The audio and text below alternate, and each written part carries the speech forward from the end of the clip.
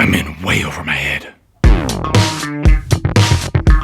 What's up, everybody? Thank you for stopping in today. Have you ever had that feeling where you're with a bunch of people and you're just, learning what everybody does, and you have this massive feeling of inadequacy and it just nails you in the gut? I'm in way over my head. I got a little bit of that feeling right now. I've had a really amazing past couple of days, weekend, starting Friday. Had a show, actually, Friday and Saturday. And first show since things are kind of starting to open back up and get back to normal, and it wasn't great, but just the mere fact of being out at a show was phenomenal. Loved it. Could not have gone better in that regard.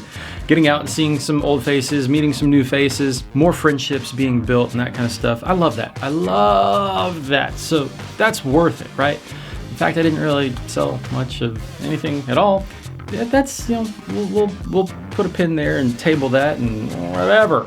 It was just great to get out and get some sense of normalcy going again. Met some really cool people, had some really awesome conversations with people, getting to know them. To me, that's what those shows are all about, right? I mean, yes, I need to make some money, I need to sell some stuff, that'd be great. It's that deeper connection with you that I thrive, or not thrive, but I whatever the word is, it's early again. I need it.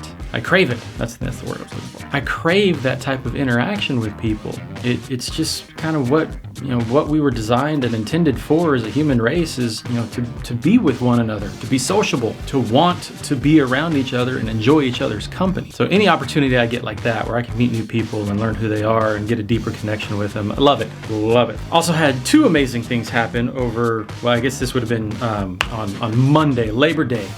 We drove up to Dallas and did another filming of Forging Friendships. I think this is now episode, or I don't know how they're going to air, so it's not really that episode, but it's the 8th episode that we've filmed. Got 8 of these things already filmed, editing through some of them right now. 8 already done filming.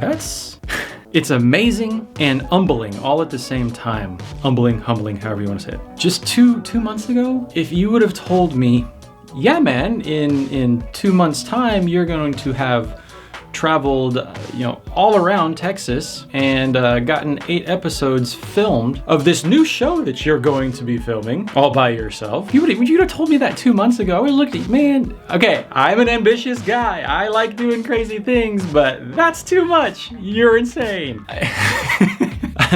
I'm blown away. I really am honored and humbled that I have the opportunity to do this, and at the same time I feel overwhelmed in over my head in that I'm doing this, and if it's gonna be any real success, it needs to be done right. So I don't know if I'm setting too high of a standard for myself, because that's kind of one of my character defects is I set things, the bar is 2 times the distance to the moon, right? Forget it's just to the ceiling. It's out there.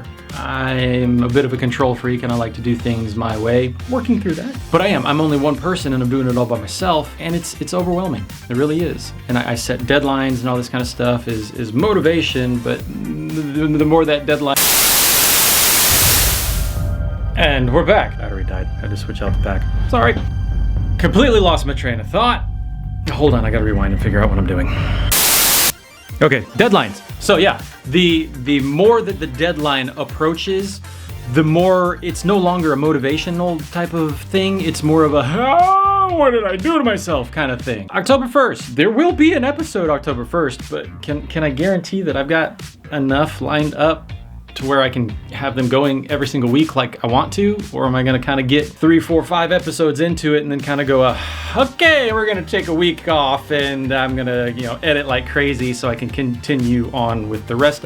I don't know, gotta figure that out, because like I said in the previous video, there's a lot going on right now with the shows opening back up, because that's where I make my money. I'm not to the point of making money with YouTube yet. Hopefully going to come, because I would want nothing more than to be able to travel around and get stories of amazing individuals and amazing creators, and just do that for amazing content and entertainment and added value for you. That I would love to do that. Like I said, it goes back to that getting to know someone, forging that friendship. I love that. I don't care who it is or what type of setting it is. I love that. So there's so much going on. Shows, making knives, finishing some custom orders, and then going around and filming. Not to mention all my normal daily things of being a dad, being a husband, having to take care of my own physical and mental health, going to the gym, make sure I'm eating properly. Because I have this, a lot of us do, and I'm not saying anything most of you haven't experienced already, but you get into this go, and you're totally engrossed in what you're doing, and you look at the clock and it's like, oh, I haven't had anything to eat in 10 hours. That's not good. Not good at all. Gotta take care of yourself. Focusing on all of those things at the same time and expecting them all to be perfect and nothing to fall behind. That's a difficult thing. I don't think it's realistic. I always push myself, but I don't think that's realistic. Putting myself out there today. I'm being very vulnerable with some stuff right now. It's just this is the way I am. Right now I'm not gonna say it's a mess, but it's one of those character building times where if I can get through all of this and see myself on the other side, it's gonna rock. It's gonna rock. Monday, had an amazing time filming an incredible individual. His name is Patrick. And most of you know that I used to own a Jeep Cherokee. I love that thing. I had two actually, but one in particular was mine. The other one was my wife's. Loved it. Spent a lot of time in the garage working on that thing. It was hard to let it go, but at the same time, after birth of the daughter, it was just sitting in the driveway, and I wasn't taking care of it properly. And I had all these hopes and dreams, again, ambitions, that just, when you have a kid takes precedent. I can't go play. I can't go spend as much time in the shop working on that as I wanted to. So it sat for a while and sold it, and Patrick bought it, lives in Dallas, and was a really nice guy.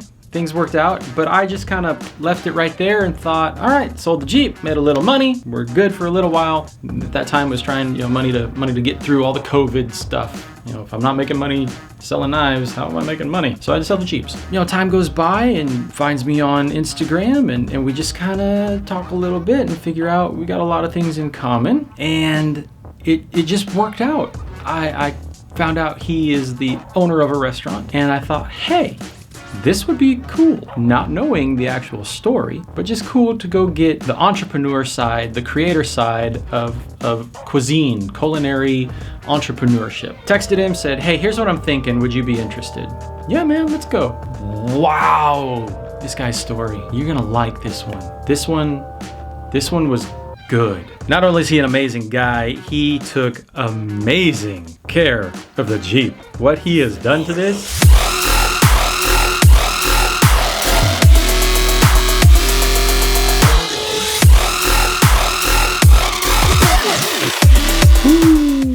I'm very happy that he is the individual that ended up with the Jeep and has done it right. That Jeep deserves the TLC that it got.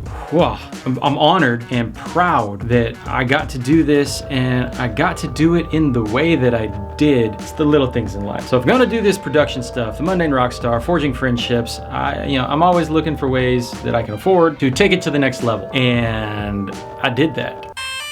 I got a drone.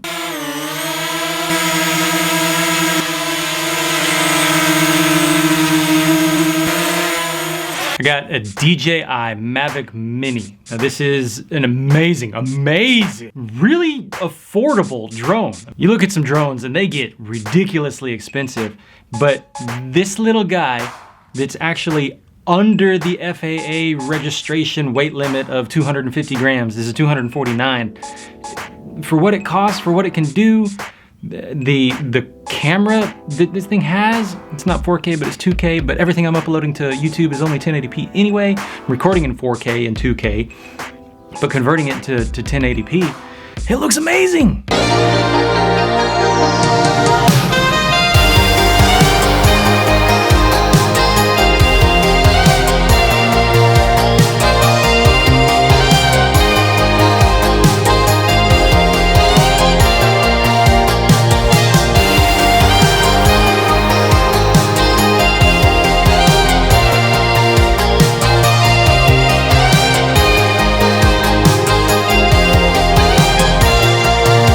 Simply amazing.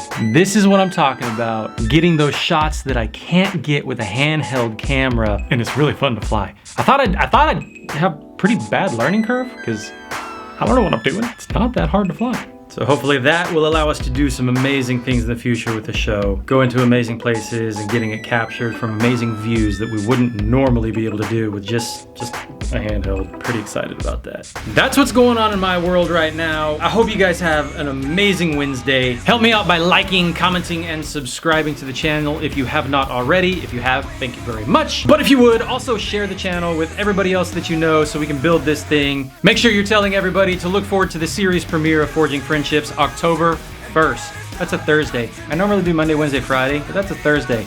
We'll see. I don't know. The mundane rock star recognizing he is in way over his head right now. When there's no sitting on the top.